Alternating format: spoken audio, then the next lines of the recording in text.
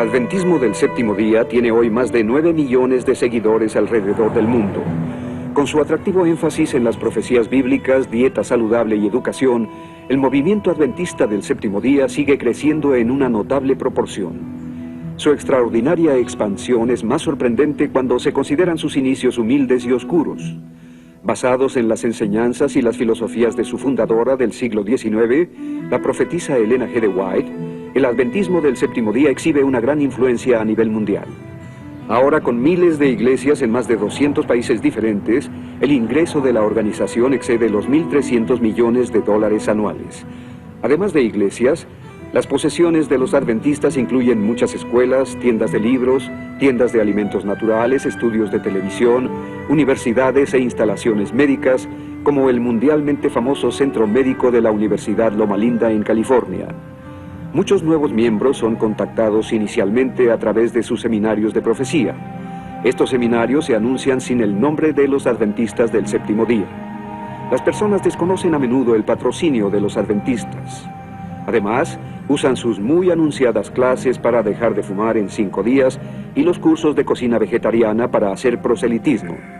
Los adventistas producen programas de radio de alta calidad y especiales televisivos cada año para extender su mensaje y atraer a nuevos miembros.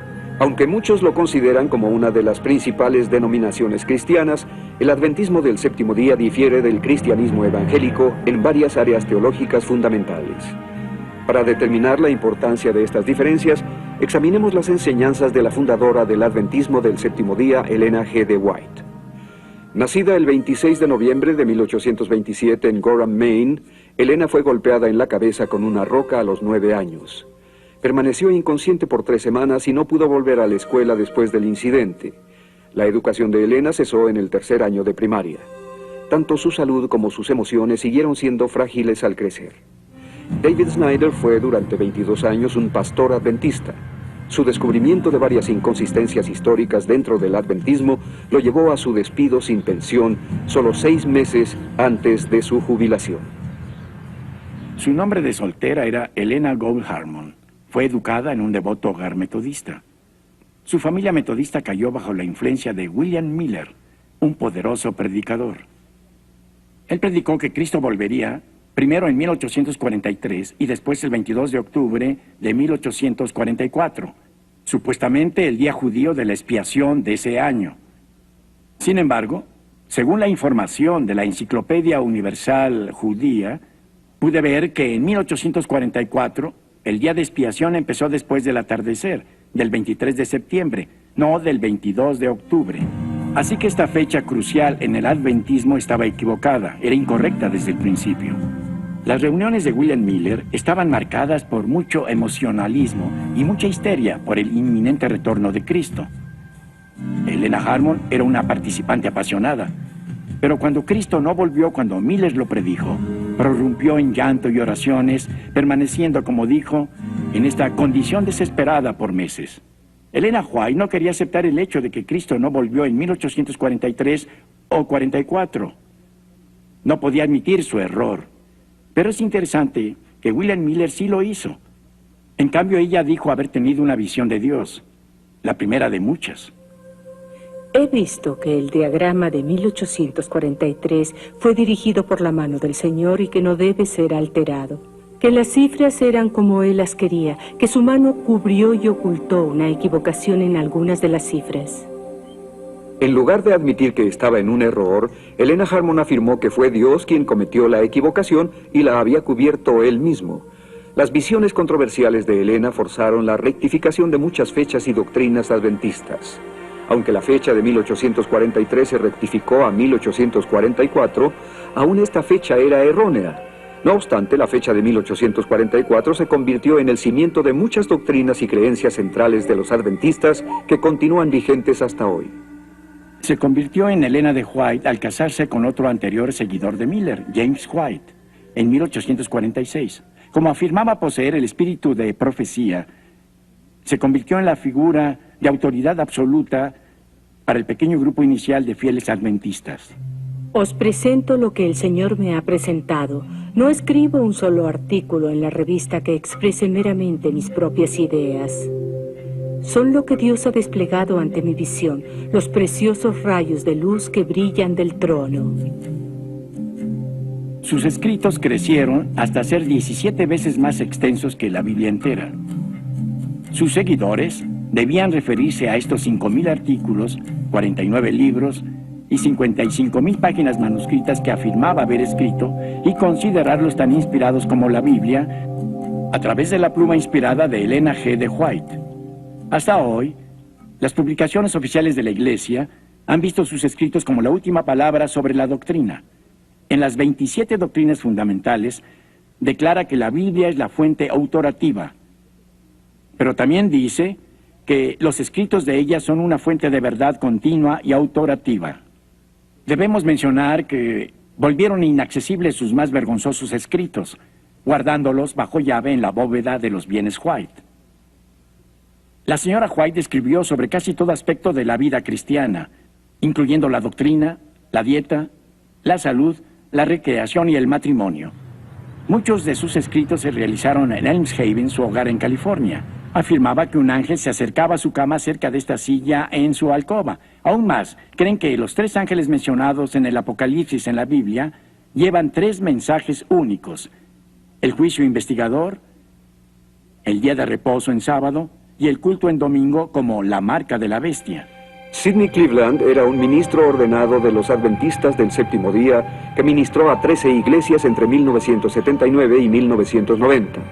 Mientras él investigaba para escribir un libro que daba validez a la inspiración divina de Elena G. de White, Cleveland descubrió tantas falsas profecías que se desilusionó. Más adelante publicó sus hallazgos en un libro titulado Blanqueado, desenmascarando los mitos de Elena G. de White. La Iglesia Adventista del Séptimo Día se fundó sobre profecías referentes a la segunda venida de Jesucristo. No es casualidad que la Biblia contenga muchas advertencias sobre falsos profetas. La prueba bíblica de un falso profeta en el Deuteronomio capítulos 13 y 18 es simplemente si la profecía se vuelve realidad o no.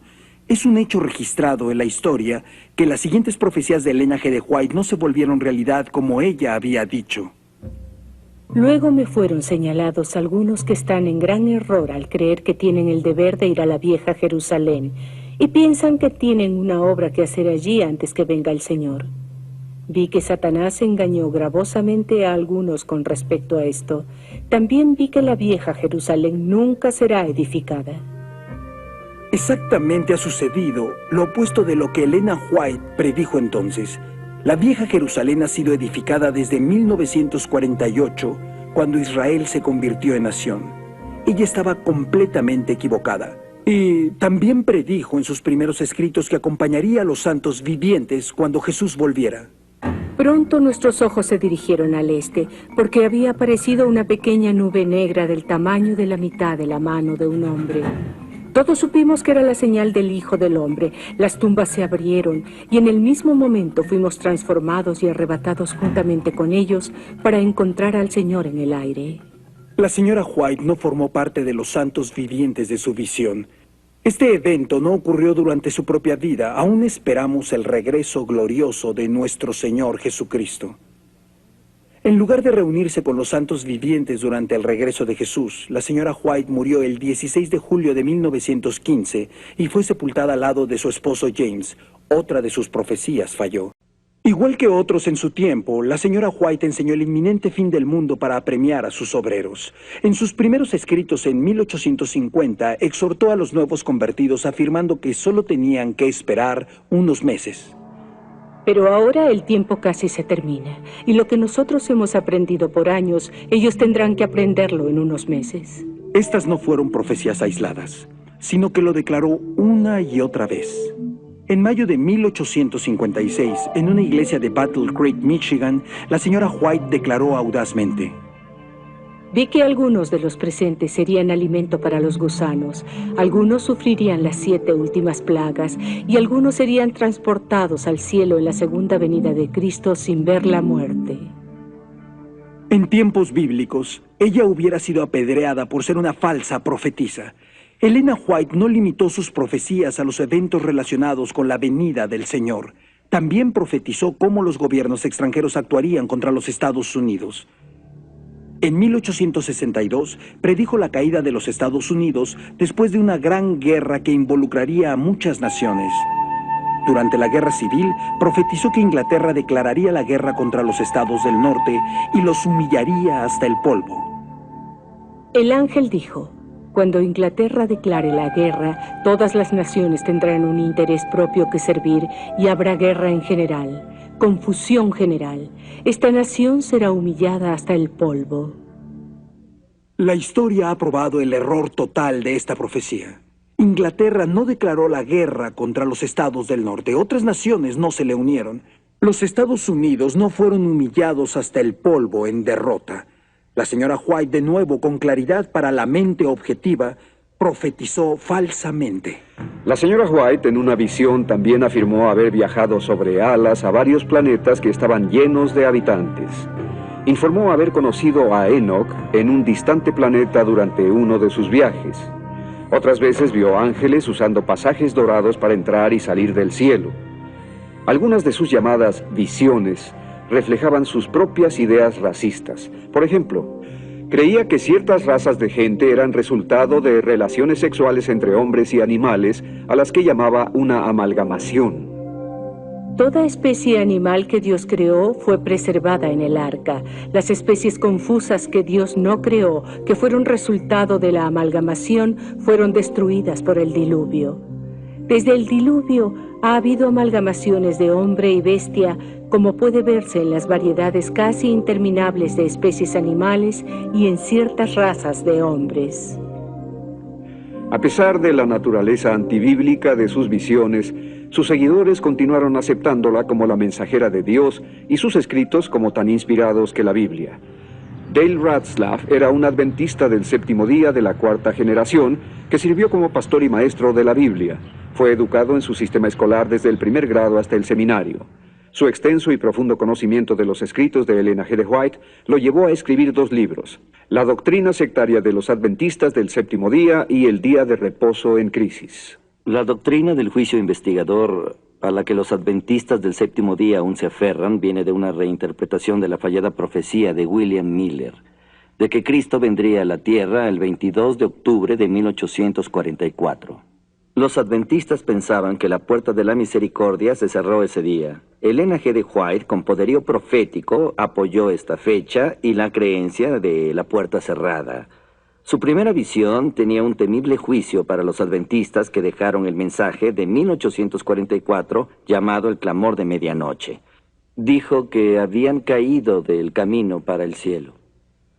Era imposible para ellos volver de nuevo al camino e ir a la ciudad, como para todo el mundo malvado que Dios había rechazado. Años después, cuando su primera visión fue reimpresa, aunque el prólogo decía que no se hizo ningún cambio en las ideas o los sentimientos, la porción de su visión que mostraba la puerta cerrada a la salvación fue excluida sin más. Después de 1851, los otros pasajes de la puerta cerrada fueron abandonados o reinterpretados.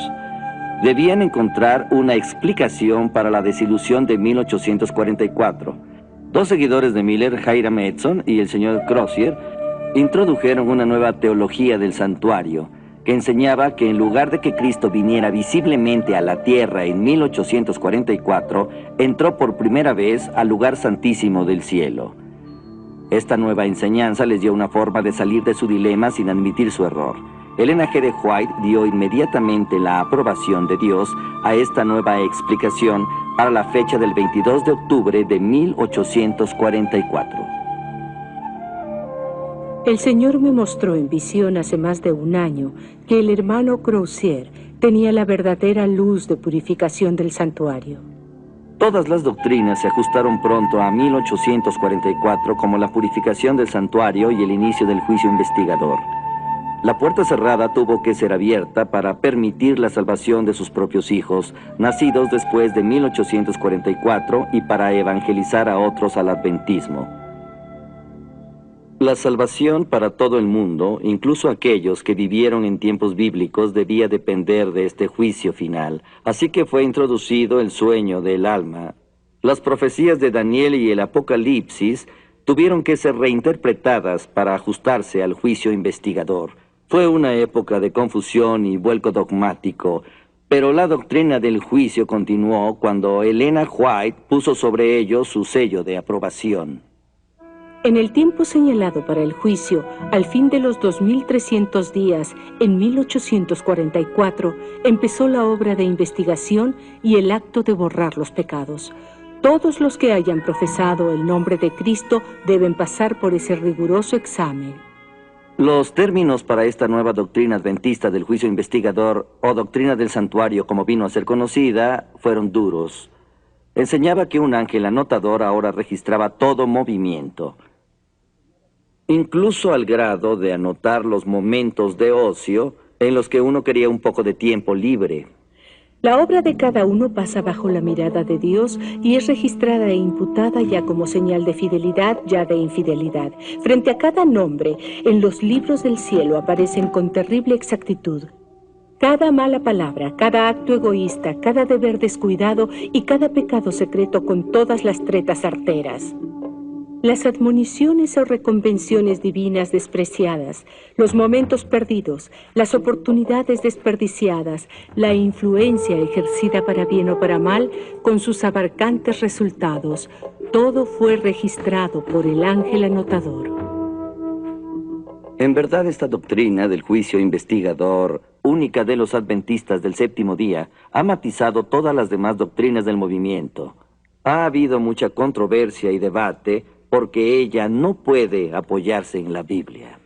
En su libro Movimiento del Destino, el renombrado historiador y teólogo adventista Leroy Froome declara que cualquier debilidad o negación o hundimiento de la verdad del santuario es un asunto no solo serio, sino crucial.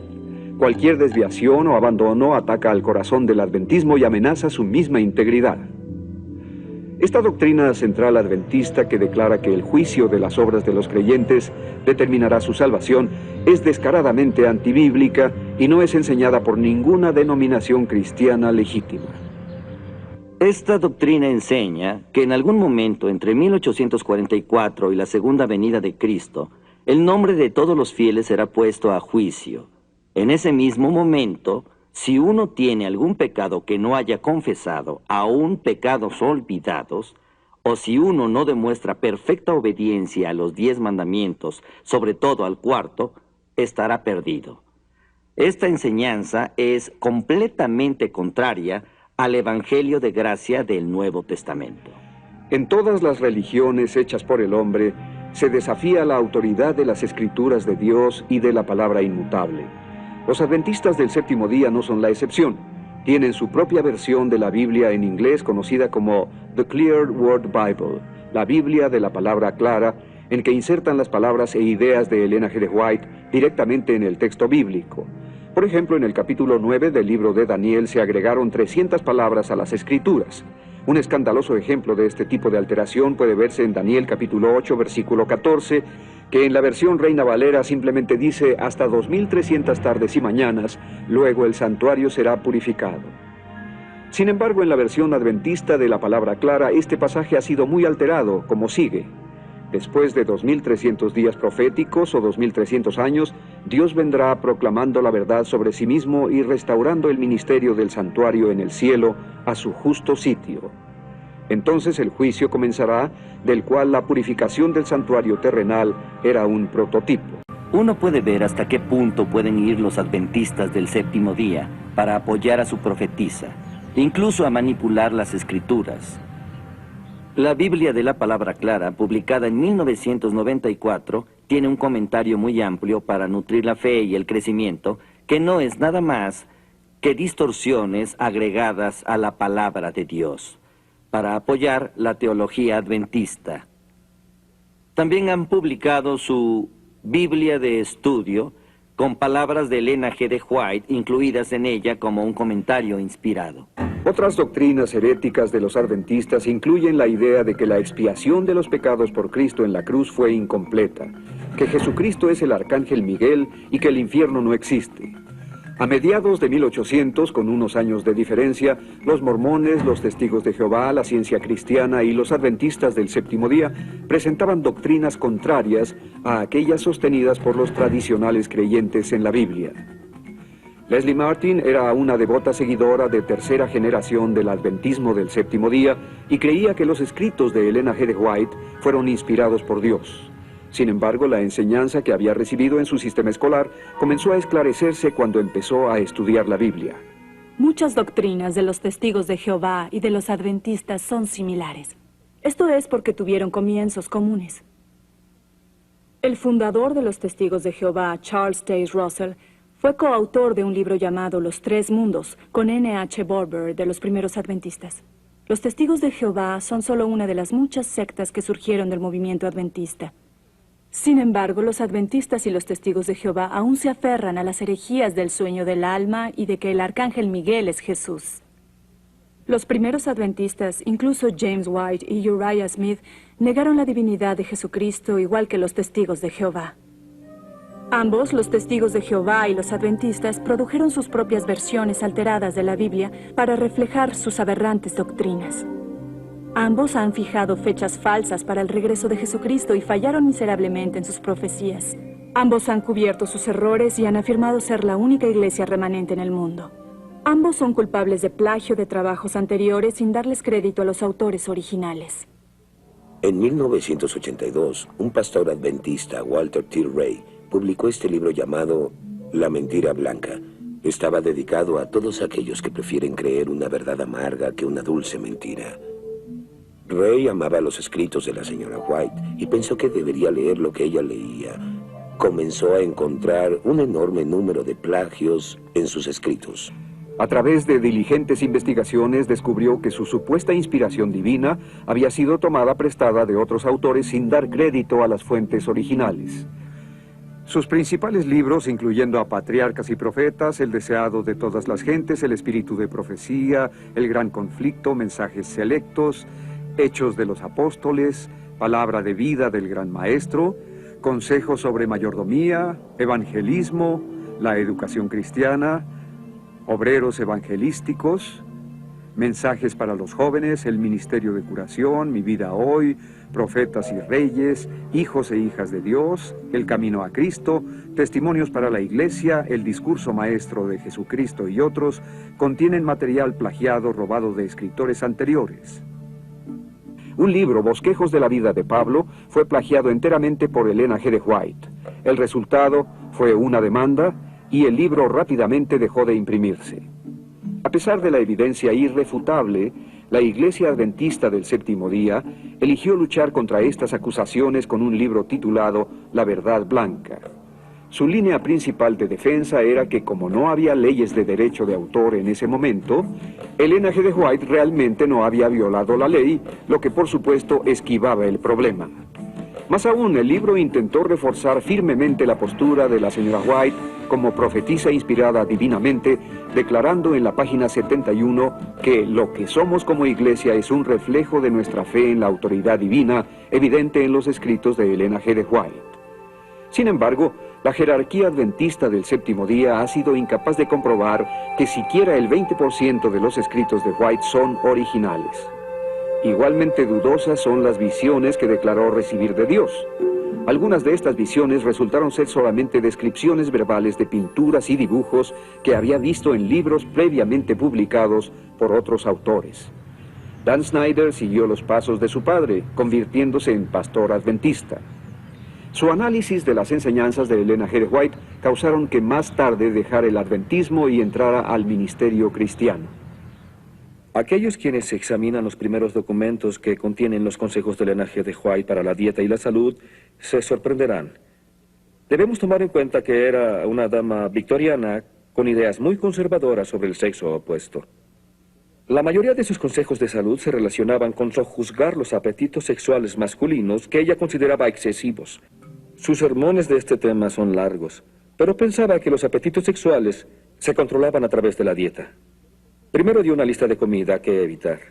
El pastel de frutas, los pasteles, las conservas y las carnes muy sazonadas con salsa crean una condición febril en el sistema e inflaman las pasiones animales. Hay que evitar los alimentos de origen animal y comer granos, verduras y frutas como parte de la dieta. Los seguidores eran exhortados a no tomar más bebidas chinas y tampoco las dejaba. Nuestro Padre Celestial envió con amor la luz de la reforma pro salud para preservarnos contra los males de la complacencia desenfrenada del apetito. Muchas personas piensan que la vida vegetariana del adventismo del séptimo día es una alternativa saludable y muchos son atraídos por el adventismo por su mensaje naturista. Nos enseñaron como adventistas que teníamos un mensaje especial para el mundo en relación a la salud y que la profetisa Elena White se adelantó varios años a su tiempo. Para controlar esos apetitos sexuales masculinos, además de ser vegetarianos, la profetisa recomendó no comer nada en absoluto en las tardes. Las mujeres no eran inmunes a las recomendaciones de Elena White, que eficientemente controlaba a sus seguidoras, emitiendo directivas sobre sus peinados y manera de vestirse. Hablando de pelucas y otros accesorios, dijo: el cabello artificial y las almohadillas que cubren la base del cerebro calientan y excitan los nervios espinales que se centran en el cerebro. En consecuencia, muchas han perdido la razón y se han vuelto completamente locas al seguir esta moda deformante. Sin embargo, las esclavas de la moda continuarán vistiendo así su cabeza y sufrirán horribles enfermedades y muerte prematura. Una vez que el peligro mortal de las pelucas fue resuelto, Elena G. de White intentó imponer un cálido, incómodo y muy raro estilo de vestir en sus fieles seguidoras. Declaró que fue diseñado por Dios. Era un par de pantalones con un voluminoso vestido largo sobre ellos. Ahora Dios haría que su pueblo adoptara el vestido de la reforma, no solo para distinguirlos del mundo como su pueblo particular, sino porque una reforma en el vestir es esencial para la salud física y mental. Las fieles hermanas se esforzaron con el estorboso vestido hasta que Elena de White dejó de usarlo en silencio después de unos años, sin ofrecer más explicaciones. Cuando algunas celosas mujeres intentaron restaurar el uso del vestido, pensando que era la voluntad de Dios, Elena White las censuró. Durante este periodo, el control de Elena G. de White sobre sus seguidores creció desmesuradamente, particularmente cuando anunció que aquellos que no siguieran sus órdenes dietéticas quedarían atrás en la segunda venida de Jesucristo. Nuestra profetisa Elena G. de White dijo que debíamos ser vegetarianos, sobre todo en consideración del pronto retorno de Jesucristo. Porque si no éramos vegetarianos, cuando Jesús viniera, no iríamos para acompañarlo cuando viniera a reunir a su pueblo. Dios no puede querer. Mark Martin actualmente es pastor de la iglesia Calvary Community Church en Phoenix, Arizona. Él fue un pastor adventista del séptimo día y renunció después de ser forzado por las autoridades adventistas a elegir entre las enseñanzas de Elena G. de White y la Biblia. Elena G. de White enfatizó el guardar la letra de la ley junto con muchas reglas adicionales para entrar en el camino a la salvación. No tenía paciencia para los cristianos que se atrevían a decir: yo soy salvo. Nunca debemos descansar en una condición satisfecha diciendo yo soy salvo. Ellos pervierten la verdad, declaran que solo tenemos que creer en Jesucristo y que esa fe es suficiente, que la rectitud de Cristo es la justificación del pecador.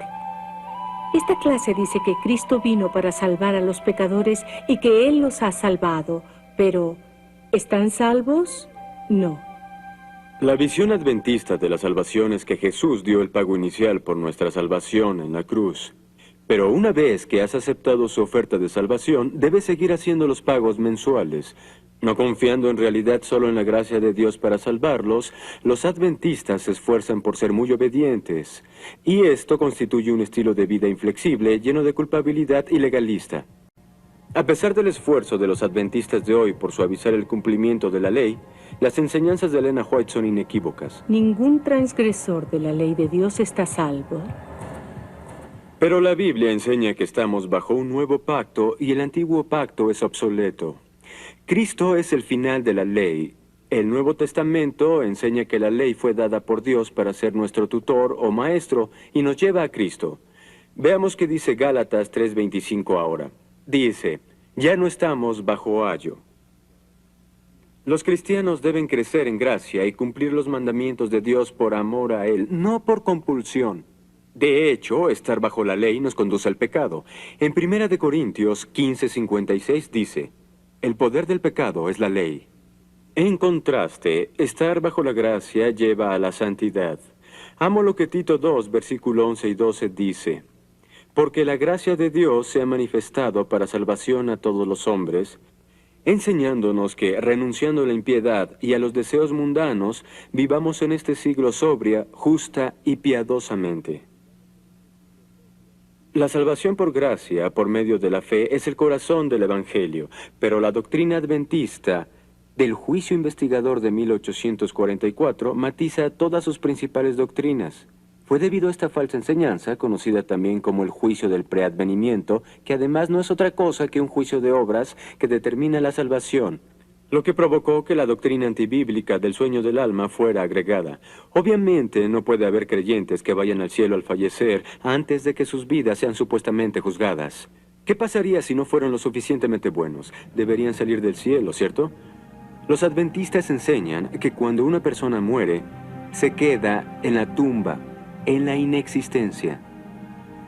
Pero esta enseñanza se desvanece en presencia de las Escrituras, que dicen con claridad que estar ausente del cuerpo es estar presente con el Señor. 2 Corintios 5:8. Cuando un creyente fallece, parte y está con Cristo. Filipenses 1:23. Otra área de la que las personas podrían no estar informadas es que los adventistas no enseñan la doctrina bíblica del infierno. Una de las características principales del adventismo del séptimo día es que el día de reposo se guarda en sábado. Guardar el séptimo día es visto como una marca de lealtad a Dios. La idea del día de reposo en el séptimo día no fue original de Elena White.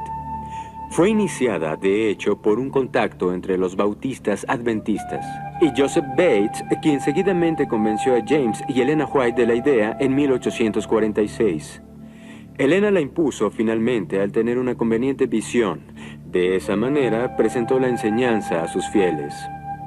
Vi que el santo sábado es y será el muro que separa al verdadero Israel de Dios de los incrédulos.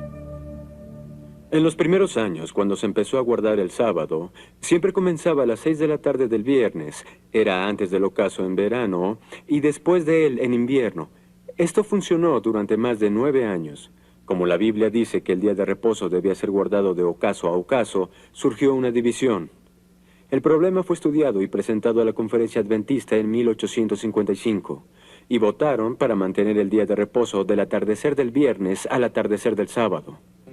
Aún había desacuerdo entre los seguidores adventistas. La señora White decidió tener otra visión para resolver el problema. Un delegado en la conferencia informó: después de la conferencia, el 20 de noviembre, la visión fue dada estableciendo a los indecisos en el horario del atardecer. Lejos de que esa conveniente visión terminara con aquel problema, los adventistas continuaron haciendo preguntas. ¿Por qué no podían aceptar las visiones de la señora White del día de reposo del sábado en el crepúsculo? ¿Por qué cambiar ahora, después de 9 años? ¿No habían sido en verdad violadores del día de reposo y no defensores del séptimo día por los primeros 9 años de práctica? Debía presentarse otra visión de Elena White en la que prometió preguntarle al ángel y conseguir una explicación para cesar la controversia de una vez. Pregunté por qué sucedió esto, que en esta tardía fecha debamos cambiar la hora para comenzar el día de reposo. El ángel dijo: comprenderán, pero aún no. Aún no. La profetisa White murió sin haber dado la prometida explicación de parte de Dios. Sin embargo, el guardar el día de reposo del atardecer del viernes al atardecer del sábado llegó a ser de suma importancia para determinar quién recibiría el sello de Dios y sería salvo, y quién no lo sería. El sábado será la gran piedra de toque de la lealtad. Cuando esta piedra de toque le sea aplicada finalmente a los hombres, entonces se trazará la línea de demarcación entre los que sirven a Dios y los que no le sirven. La observancia del verdadero día de reposo sábado es una evidencia de lealtad. Una clase de personas recibe la marca de la bestia, la otra, por haber escogido el signo de obediencia a la autoridad divina, recibirá el sello de Dios. Por consiguiente, no guardar el día de reposo significa recibir la marca de la bestia y también el perder la vida eterna. Hoy la visión es igualmente severa. En la página 193 de la publicación adventista, 27 doctrinas fundamentales, dice: cuando este punto se presenta claramente delante del mundo, aquellos que rechacen el memorial de la creación divina, el sábado bíblico, eligiendo adorar y dar honor al domingo, conocido claramente que no es el día de adoración dado por Dios, recibirán la marca de la bestia. Esta es una marca que indica rebelión. Así que hoy en día, los adventistas han sujeto la salvación dependiente del día de la semana en que uno rinde culto. Varias escrituras del Nuevo Testamento identifican claramente el sello de Dios como una obra del Espíritu Santo, no de guardar el día de reposo. Por ejemplo, en Efesios 4:30 dice simplemente, «Y no aflijan al Espíritu Santo de Dios, con el cual fueron sellados para el día de la redención». La señora White no tiene ninguna base, en lo absoluto, para identificar el sello de Dios con el guardar el día de reposo. Los seguidores de Cristo se reunieron en el día del Señor, el día de la resurrección para su adoración y para compartir el pan, no en el día de reposo de los judíos. Los adventistas se desvían aún más en su doctrina de salvación al afirmar que Satanás, en última instancia, es el portador del pecado. Enseñan que él se lleva los pecados del mundo. Así como al quitar los pecados del santuario, el sacerdote los confesaba sobre la cabeza del macho cabrío emisario, así también Cristo colocará todos estos pecados sobre Satanás, autor e instigador del pecado. Qué diferente es esto del mensaje tan claro de la Biblia que dice que Jesús llevó él mismo nuestros pecados en su cuerpo sobre el madero. El apóstol Juan exclamó, «He aquí el Cordero de Dios que quita el pecado del mundo». La verdadera salvación debe centrarse solo en Jesucristo. Steve Cannon, director de Personal Freedom Outreach, un ministerio de investigación de sectas muy respetado, ha examinado la cuestión de si el adventismo del séptimo día debería ser clasificado como una secta. Hoy, los adventistas del séptimo día luchan por ser incluidos en la línea principal de cristianos, protestantes y evangélicos, y por consiguiente objetan fuertemente cualquier comentario de que estén enseñando doctrinas sectarias. Un pastor adventista proporcionó las siguientes 5 características de una secta. Usted juzgue si esta denominación encaja o no en su propia definición de una secta. Punto 1. Las sectas o las religiones falsas normalmente tienen un poderoso líder humano que se convierte en el Mesías, entre comillas, de la secta. ¿Quién puede negar la confianza total del grupo en las enseñanzas de Elena G. de White? Tal vez no sea llamada su Mesías, pero evidentemente es su mensajera de Dios, venerada por todos. Punto 2. La palabra de los líderes o enseñanzas de la secta se convierten en la verdad absoluta más importante que las enseñanzas de la Biblia. Ningún adventista se atrevería a negar que los comentarios de Elena G. de White sobre cierta porción de la Biblia determinan la aceptación o rechazo del grupo de la interpretación histórica de esas escrituras. Sus interpretaciones prevalecen y se convierten en doctrina adventista. Aún hoy, se considera que sus escritos son tan inspirados como las escrituras. Punto 3. Toda secta usa tácticas de presión para forzar a los miembros a la sumisión. Elena White sabía presionar a las personas para someterlas. Primero, decía recibir una reprensión de Dios para la persona que declaraba públicamente en su testimonio. En general, la persona se sometía bajo la presión. He pronunciado amonestaciones porque el Señor me ha dado palabras de reprobación para la iglesia. Las tácticas tal vez ya no sean tan escandalosas, pero hoy en día sus seguidores siguen sujetos a tácticas de presión para conformarse al grupo. El amor, la aceptación y la fraternidad muy a menudo son retirados de las personas que dudan de las enseñanzas oficiales del... Toda secta niega la verdad central del Evangelio, que Jesús es el divino Hijo de Dios, sin principio ni final. Niegan que su muerte haya traído salvación para toda la raza humana. Como resultado, la salvación se alcanza por la adherencia a las enseñanzas de la secta, en lugar de por aceptar a Cristo y seguirlo. Señalaríamos que el grupo originalmente negó la divinidad de Jesucristo. Hoy creen que Jesucristo es eterno, pero están atascados en la vieja doctrina de que Jesús es el arcángel Miguel. Necesitan establecer firmemente una doctrina y descontinuar la otra. Sin embargo, no pueden abandonar esta doctrina que contradice a Hebreos 1:13, porque aceptarían que la profetisa White cometió un error. En cambio, tratan de conformar ambas doctrinas opuestas. Esta es una posición imposible. Acerca de la salvación por gracia solo por fe en Cristo, los adventistas han agregado el juicio investigador, el guardar el día de reposo, la obediencia a los 10 mandamientos y otras leyes del Viejo Testamento como requisitos para la salvación. Además creen que los pecados del mundo han sido puestos sobre Satanás en lugar de Cristo y que los cristianos deben presentarse solos ante Dios, sin Cristo como su mediador. Los que vivan en la tierra cuando cese la intercesión de Cristo en el santuario celestial deberán estar en pie en la presencia del Dios Santo sin mediador. Compare esto con la precisa afirmación de la Biblia en Hebreos capítulo 7, versículo 25, acerca de Jesucristo. Por lo cual, puede también salvar perpetuamente a los que por Él se acercan a Dios, viviendo siempre para interceder por ellos. En verdad, la salvación para ellos, los adventistas, colocando el pecado en Satanás, no es la salvación que enseña la Biblia. Punto 5. Las sectas instan a menudo a sus convertidos a dejar a sus familias. Por fin podemos encontrar un punto en el que estamos de acuerdo. Los adventistas no instan a sus convertidos a dejar a sus familias.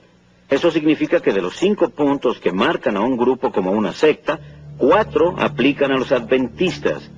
Por lo tanto, muchos sienten que es demasiado parecido a una secta. En la década de 1950, ministros cristianos evangélicos reconocidos se acercaron a la jerarquía de los adventistas para saber la verdadera naturaleza de sus creencias doctrinales.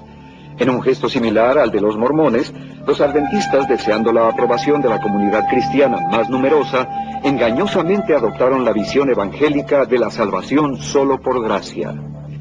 Esto apacentó temporalmente a muchas denominaciones cristianas, pero causó daños dentro del adventismo del séptimo día. Muchos seguidores se sintieron traicionados y comenzaron a investigar las enseñanzas de Elena G. de White para descubrir la verdad.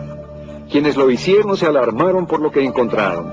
Lo que empezó para muchos como una búsqueda para validar el adventismo, se convirtió en cambio en un descubrimiento pavoroso de los plagios, falsas profecías y enseñanzas heréticas de Elena G. de White.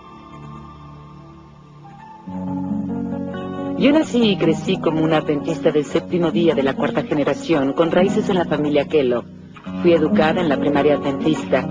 Me bauticé siendo muy joven y me comprometí con lo que creía que era la única iglesia verdadera. El cambio vino cuando fui invitada por varias personas a ir a una iglesia cuyo pastor había sido adventista en el pasado. Y accedí a conversar con él. No creí que tuviera nada que enseñarme, pero lo hizo y comprendí que la iglesia adventista me estaba engañando. Don y yo somos adventistas de la 3ª generación. Fuimos educados en preparatorias y universidades adventistas. Después fuimos miembros de la facultad de la Universidad de Pacific Union. La vida divina recibirá el sello de Dios. Éramos adventistas muy fieles. Pensábamos que Elena White había sido inspirada por Dios y tenía la misma autoridad que la Biblia. A la fe adventista y dediqué todo mi tiempo personal a las asambleas y a compartir mi fe. De niño ahorraba mi dinero para comprar y estudiar los libros escritos por Elena G. de White. Ninguna persona era más fiel de lo que yo fui. Yo habría dado mi vida por la iglesia adventista del séptimo día. Creía en verdad en el concepto de iglesia remanente y en Elena G. de White. Al investigar, descubrí que la iglesia sabe de lo que Elena White escribió, cómo fue que obtuvo su material. Nunca me dijeron eso en el sistema escolar, jamás escuché nada acerca de todos esos escritos que copió, plagió, y cuando me di cuenta de eso, en realidad me hirió mucho. Me sentía como si me hubieran mentido. Hace varios años me di cuenta, sin lugar a duda, con especial gratitud al ministerio adventista del pastor Mark Martin, que Dios me llamaba para dejar la fe y ministerio adventista. Empecé a ver que la iglesia era incoherente teológica y políticamente. Cuando les convenía, contradecían la Biblia, contradecían a Elena G. de White y contradecían al propio manual de la iglesia. Jamás me he arrepentido de mi decisión de abandonar a la iglesia adventista del séptimo día. Espiritualmente fue lo mejor que he hecho en toda mi vida. Un mes después me invitaron para ser pastor en una iglesia evangélica. Los últimos años han sido los más gratificantes de mis 31 años como cristiano. Soy parte de la familia de Dios que en verdad mantiene a la Biblia como la única autoridad de fe y práctica. Jesús nos salva, pero no por nuestras obras, aunque puedan parecer obras muy buenas en verdad. No somos salvos por lo que hacemos, por nuestro estilo de vida, ni por la dieta, sino por lo que Jesús ha hecho por nosotros. Las reglas están allí, las obedecen en esclavitud y no me gusta ser esclava. Yo quiero tener libertad en Cristo. Para Don y para mí, el haber tenido parte en esta búsqueda continua por la salvación, la nuestra y la de otros, ha sido una bendición. Yo comprendo la seguridad del Evangelio. Yo sé que somos salvos a través de Cristo, que tenemos esa confianza. Y eso significa mucho, significa mucho. Ahora soy pastor de una maravillosa iglesia cristiana evangélica. Es un gran alivio estar libre del cenagal del adventismo del séptimo día y poder regocijarme en el amor continuo de Jesucristo y de su palabra inmutable. Pongan a Elena G. de White a un lado por un rato y vean lo que les enseña la Biblia. Hablen con personas que han salido de la iglesia y pregunten por qué. Vean si tienen algo que compartirles, porque no van a recibir esa información en su iglesia. Tienen que buscarla por sí mismos. Y si aman al Señor, si realmente lo aman, realmente quieren saber la verdad, la Biblia dice, si el Hijo de Dios los libera, serán verdaderamente libres. Así es como yo me siento ahora.